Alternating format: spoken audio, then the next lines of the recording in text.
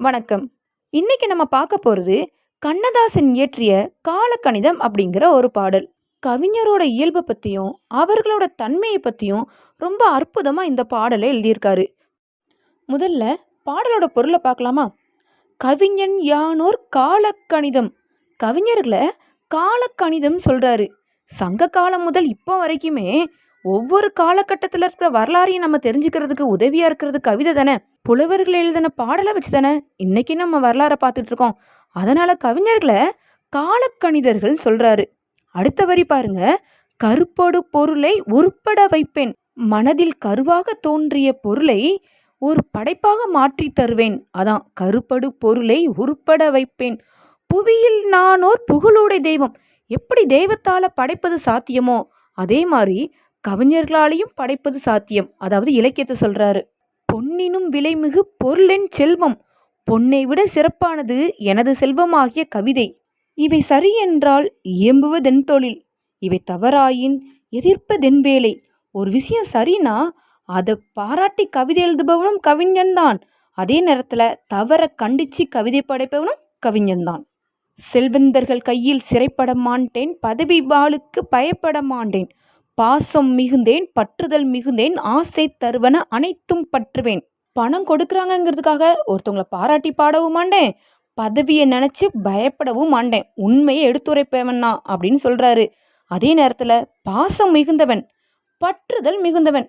பற்றுதல்னா ஆசை. எல்லா மனிதர்களுக்கும் எப்படி ஆசை இருக்குமோ அதே மாதிரி எனக்கும் ஆசைகள் எல்லாமே இருக்கும். ஆசை தருவன அனைத்தும் பற்றுவேன். உண்டாயின் பிறர் உண்ண தருவேன். என்கிட்ட இருக்கிறத எல்லாருக்கும் பகிர்ந்து கொடுப்பேன். இல்லாயின் எமர் இல்லம் தட்டுவேன். என்கிட்ட இல்லைன்னா எனக்கு தெரிஞ்சவங்க கிட்ட நான் வாங்கிப்பேன். அடுத்த வரிய பாருங்க. ஒரு வண்டு எப்படி மலர்களை தேடி சென்று தேன் குடிக்குதோ அதே மாதிரி நான் என்ன பண்ணுவேன், நல்ல இலக்கியங்களை தேடி தேடி கற்பேன். அதற்கப்புறம் வாய்ப்புற தேனை ஊர்ப்புற தருவேன். தான் கற்ற இலக்கியத்தில் இருக்கிற இனிமைய எல்லாருக்கும் எடுத்து இயம்புவேன். பண்டோர் கம்பன், பாரதி, தாசன் சொல்லாதன சில சொல்லிடம் முயல்வேன். கம்பன், பாரதி, பாரதிதாசன் இவர்கள் சொல்லாத கருத்தையும் சொல்வதற்கான முயற்சி நான் செய்வேன். அடுத்து சொல்றாரு பாருங்க. புகழ்ந்தால் என் உடல் புல்லரிக்காது, இகழ்ந்தால் என் மனம் இறந்து விடாது. வளமார்கவிகள் வாக்கு மூலங்கள், இறந்த பின்னாலே எழுதுக தீர்ப்பு. என்னை ஒருத்தவங்க பாராட்டி பேசிட்டாங்கிறதுக்காக என் உடல் புல்லரித்தும் போகாது. என்னை தூற்றிட்டாங்கிறதுக்காக என் மனது இறந்தும் விடாது.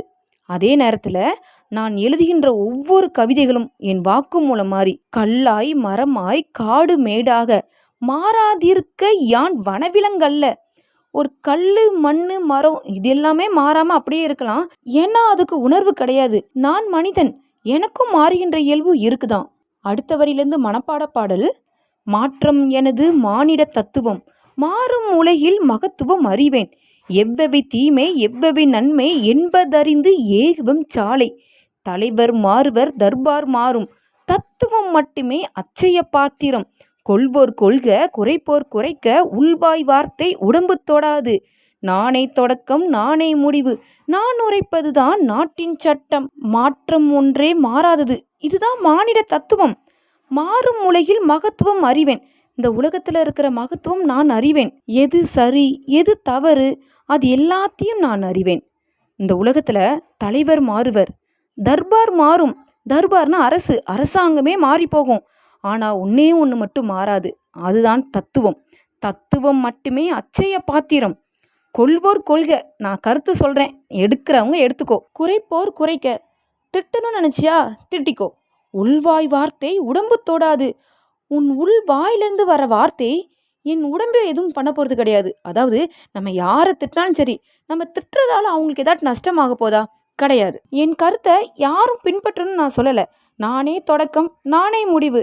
நான் உரைப்பது தான் நாட்டின் சட்டம் அப்படின்னு அற்புதமான ஒரு பாடலை பாடி வச்சிருக்கிறாரு கண்ணதாசன். சரி, பாடலின் பொருளை பார்த்தாச்சு. அடுத்து நூல்வெளியை பார்க்கலாமா? கண்ணதாசன் இவரோட உண்மையான பேரு முத்தையா. சிவகங்கை மாவட்டத்தில் இருக்கிற சிறுகுடல்பட்டி அப்படிங்கிற ஊரில் சாத்தப்பன் விசாலாட்சி அவங்களுக்கு பிறந்தவர் தான் இவர். 1949 வருஷம் கலங்காதிரு மனமே நீ கலங்காதிரு மனமே கனவெல்லாம் நீ இந்த பாடலை முதலா பாடி சினிமா துறைக்குள்ள அறிமுகமாறாரு. சினிமா பாடல்கள் மட்டும் இல்லாம பல்வேறு இலக்கியங்களையுமே இவர் இயற்றியிருக்காரு. சினிமா பாடல்கள் மூலமா மெய்யியல், அதாவது மெய்யான அறிவையும் உண்மை யதார்த்தத்தையும் தன் பாடல் மூலமா மக்களுக்கு உணர்த்தியவர் இவரு. சேரமான் காதலி அப்படிங்கிற நாவலுக்கு சாகித்ய அகாடமி விருதையும் வாங்கியிருக்காரு. அது மட்டும் இல்லாம நம்ம மாநிலத்தோட அரசவை கவிஞராகவும் இவர் சிறப்பு பெற்றவர்.